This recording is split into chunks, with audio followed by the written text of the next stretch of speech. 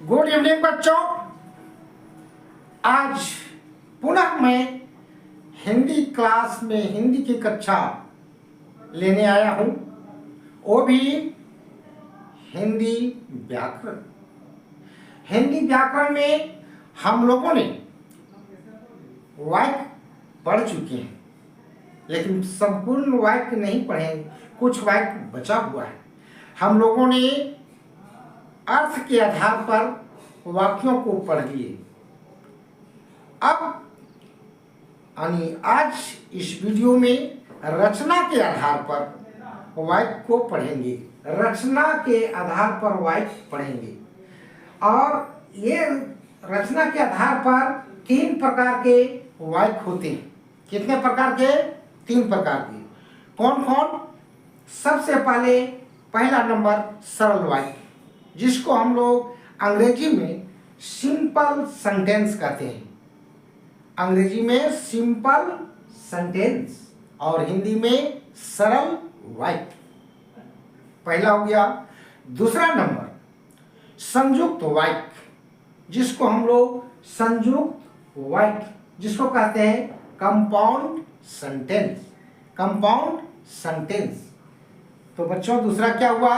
संयुक्त वाक्य और अंग्रेजी में कंपाउंड सेंटेंस। तो बच्चों ये 2 हो गया।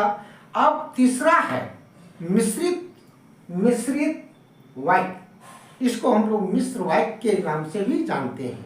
मिश्रित वाक्य यानी मिला हुआ वाक्य, और उसको हम लोग अंग्रेजी में क्या कहते हैं? अंग्रेजी में देखिए कॉम्प्लेक्स सेंटेंस। अंग्रेजी में क्या कहेंगे? Complex sentence. मिश्रित वाक्य को अंग्रेजी में कॉम्प्लेक्स सेंटेंस कहते हैं।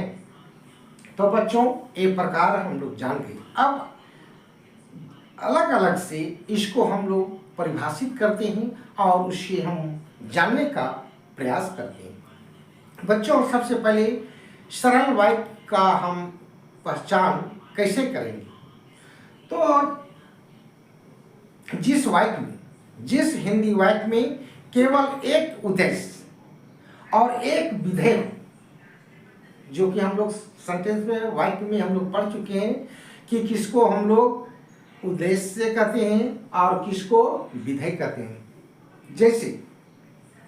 जैसे उदाहरण के लिए तुम पढ़ते हो, तुम पढ़ते हो, तो तुम जो हुआ वो हो गया उद्देश्य। पढ़ते हो ये हो गया विधेय। फिर इसी तरह से राजेश पत्र लिखता है। राजेश पत्र लिखता है, तो राजेश जो हो गया उद्देश्य। पत्र लिखता है वो हो गया विधेय। तो इस तरह से बच्चों आप सरल वाक्य जान लिए। इस तरह से बहुत से है हम लोग कहते हैं, वे लोग घर जा रहे हैं, वे लोग आ रहे हैं, तुम पढ़ रहे हो, वे लोग खा रहे हैं। मतलब बहुत तरह के सेंटेंस है। इसको हम लोग कहेंगे सिंपल सेंटेंस यानी सरल वाक्य। अब हम लोग चलते हैं बच्चों संयुक्त वाक्य, जिसको हम लोग कंपाउंड सेंटेंस के नाम से जानते हैं। तो बच्चों जिस वाक्य में बहुत से ऐसे वाक्य मिलेगा, एक ही तरह का हिंदी में वाक्य नहीं मिलते हैं, बहुत तरह का रहता है। तो इस संयुक्त वाक्य जो है, इसमें 2 या 2 से अधिक सरल वाक्य मिले हुए रहते हैं। सरल वाक्य मिले रहते हैं, तो फिर लेकिन एक किसी संयोजक से जुड़े हुए रहते हैं। कोई जोड़ने का काम करता है, दोनों वाक्यों को जोड़ करके उसका संपूर्ण अर्थपूर्ण वाक्य बनाता है।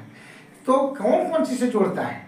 जैसे अतः, इसलिए, फिर भी, तो, किंतु, परंतु, लेकिन, इन सारे शब्द जो रहता है दोनों वाक्यों को, दोनों सरल वाक्यों को जोड़ता है। जैसे मान लो कोई चीज भी आप उदाहरण ले सकते हैं, वह सुबह गया और शाम को आ गया। यहाँ और जो है वह सुबह गया और वह शाम को लौट आया, शाम को लौट आया। तो और जो है ये संयोजक है, जोड़ने वाला है, एक प्रकार के कनेक्टर कहिए, अंग्रेजी में हम लोग कनेक्टर, जोड़ने वाला संयोजक। फिर है, बहुत से उदाहरण दे सकते हैं। तो जिसे उसने बहुत मेहनत किया किंतु असफल रहा, उसने बहुत मेहनत किया परंतु जो भी लगा सकते हैं, किंतु असफल रहा। तो असफल रहा, तो यहाँ पर और जिसे वह बहुत मेहनत किया, दो सरल वाक्य बच्चों, उसने बहुत मेहनत किया, एक वाक्य हो गया, एक सरल वाक्य हो गया, किंतु असफल रहा। तो किंतु जो है जोड़ने वाला है, असफल रहा, किंतु वह असफल रहा, वह भी लगा सकते थे। तो किंतु जो है वो दोनों को जोड़ने का काम करता है, संयोजक का काम करता है, इसलिए संयोजक का काम करता है, इसलिए इसको कहते हैं संयुक्त वाक्य।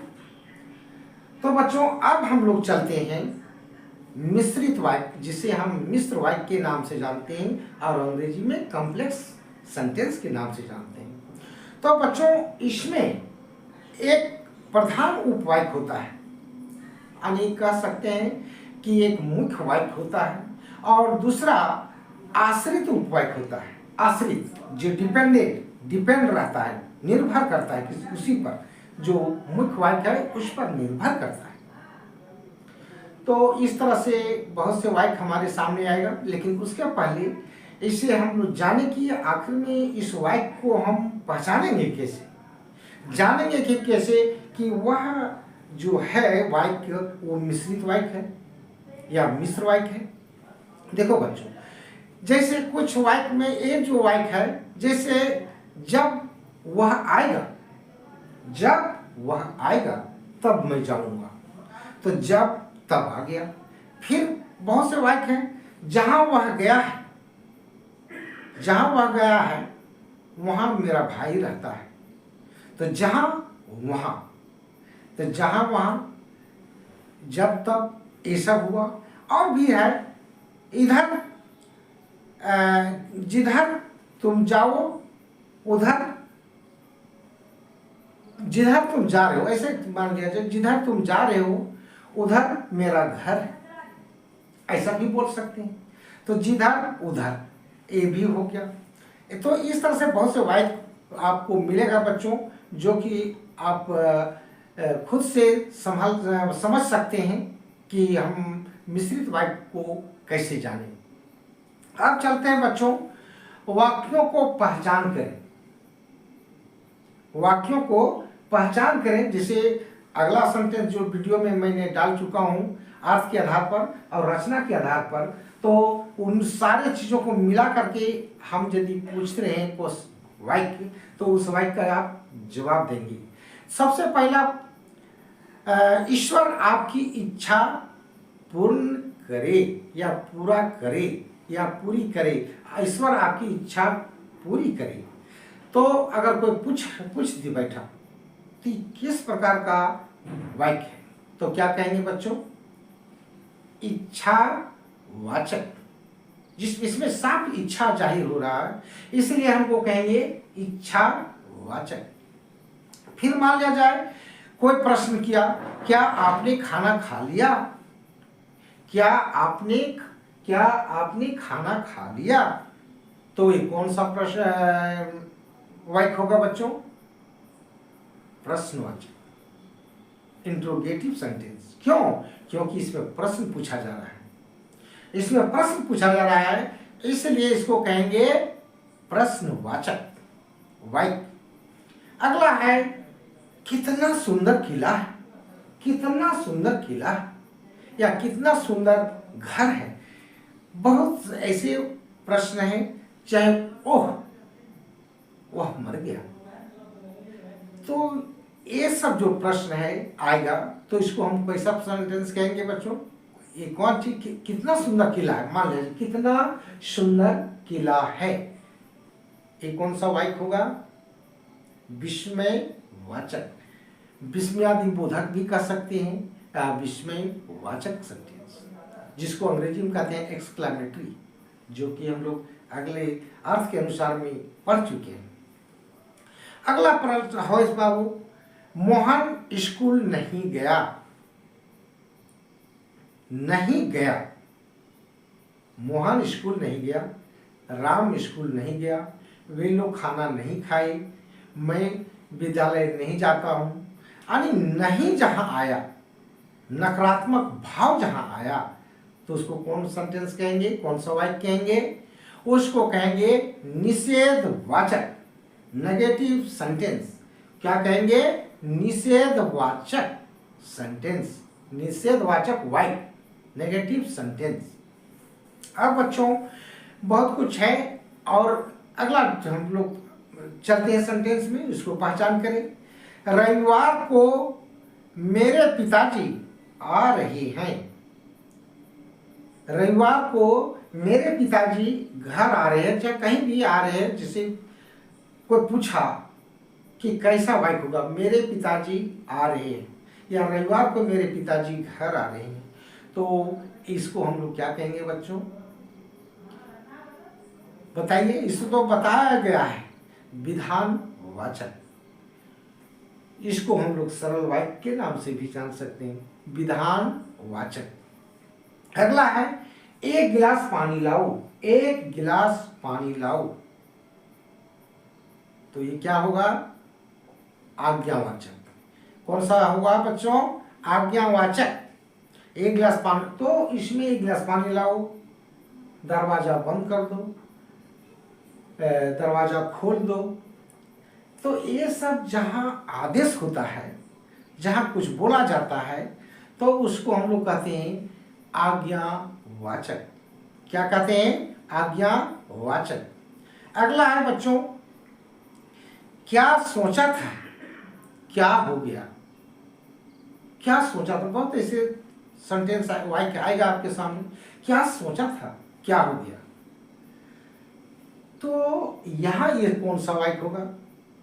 ये होगा आपका संयुक्त वाक्य। यहाँ कुछ लोप हो गया है बच्चों, कुछ लोप हो गया। जैसे क्या सोचा था पर क्या हो गया, क्या सोचा था पर क्या हो गया। तो ये जो है पर वहां लुप्त है, लोप कर दिया गया है, लेकिन अर्थ यही है।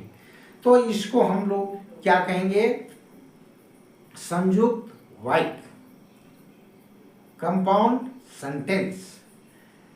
तो इसको जान लीजिएगा बच्चों। ऐसे आपके वो हिंदी वाक्य में बहुत सी सेंटेंस वाक्य होगा। अब है, जब वह आएगा तब मैं जाऊंगा। जब वह आएगा तब मैं जाऊंगा, तो अभी तो मैं बात कर चुका हूं ऐसा सेंटेंस। जब वह आएगा तब मैं जाऊंगा, जब तब, इधर उधर, जहां तहां, ये सब जो है आपका कौन सी होगा? मिश्रित वाक्य, मिश्र वाक्य, सिंपल सेंटेंस। तो ये सब जान लेंगे बच्चों, पहचानो। अगला है, उसने रोटी खा लिया होगा। उसने रोटी खा लिया होगा, तो ये क्या होगा? ये है कि संकेत वाचक, संदेहवाचक भी कहते हैं, संदेहवाचक। इसमें संदेह होता है, खाया होगा कि नहीं, हम खाली भाव प्रकट करते हैं, मन में संदेह करते हैं कि वह खा लिया होगा, इसलिए इसको कहते हैं संदेहवाचक। तो बच्चों आपने हिंदी में अर्थ के अनुसार वाक्य पढ़ लिए और रचना के आधार पर भी वाक्य पढ़ लिए। अगला वीडियो में मैंने बताया था अर्थ के अनुसार, आज हम लोग पढ़े रचना के अनुसार, और उसके आधार पर हम लोग वो हिंदी वाक्य को समझने का भी प्रयास किए, कैसे पहचानेंगे। अब है कि थोड़ा सा समय ले रहा हूँ बच्चों, थोड़ा सा क्या है कि कुछ वाक्य को शुद्ध अशुद्ध आज विस्तृत से नहीं बताएंगे, इसमें विस्तृत रूप से बताया जाएगा शुद्ध वाक्य है या नहीं है, और अशुद्ध वाक्य को शुद्ध वाक्य में हम लोग कैसे बदलेंगे, कैसे बनाएंगे, उसके बारे में भी जानने का प्रयास करेंगे और जानेंगे। अब है बच्चों थोड़ा सा दो चार को उदाहरण मैं दे रहा हूँ। जैसे एक गेंदे की माला लाओ, एक गेंदे की माला लाओ, एक गेंदे की माला लाओ, क्या ये शुद्ध है? नहीं। इसको शुद्ध करो, क्या होगा? गेंदे की एक माला लाओ, गेंदे की एक माला लाओ, ये शुद्ध है। न कि एक गेंदे की माला लाओ, वो गलत है। गेंदे की एक माला लाओ सही है। दूसरा है, मुझे केवल मात्र 5 रुपया चाहिए, मुझे केवल मात्र 5 रुपये चाहिए, क्या ये शुद्ध है कि अशुद्ध? ये अशुद्ध है, रॉन्ग है। तो इसका शुद्ध वाक्य क्या होगा? मुझे केवल 5 रुपये चाहिए, मुझे केवल 5 रुपये चाहिए। या दूसरे तरह से कह सकते हैं, मुझे मात्र 5 रुपये चाहिए। वहाँ केवल और मात्र दोनों एक साथ नहीं रह सकता है, उसमें एक लगा देंगे तो अर्थपूर्ण वाक्य बन जाता है। तो बच्चों, ये आपके समझने की बात है और आप समझ सकते हैं। अगला है, तुम कहाँ जा रहे हो? देखो बच्चों, कभी कभी चिन्ह पर भी ध्यान देना, चिन्ह पर भी वाक्य निर्भर करता है। उसमें भी परीक्षाओं में आपके प्रश्न आएंगे तो उसमें चिन्ह पर आधारित भी रहेगा। देखो, तुम कहाँ जा रहे हो, यहाँ पर देखो पूर्ण विराम है, इसलिए ये रॉन्ग है। तो क्या हुआ? तुम कहाँ जा रहे हो, नीचे देखो उसमें प्रश्नवाचक चिन्ह लगा हुआ है। कौन चिन्ह लगा हुआ है? प्रश्नवाचक चिन्ह अंत में देना है, क्योंकि इसमें प्रश्न पूछा जा रहा है। तो चिन्ह पर भी हिंदी व्याकरण बहुत मायने रखता है, इसलिए चिन्ह को भी पहचानने का प्रयास करें। अगला है, उसने रोटी नहीं। कृष्ण के अनेकों नाम हैं, कृष्ण के अनेकों नाम हैं, क्या सही है? नहीं, गलत है। तो क्या होगा?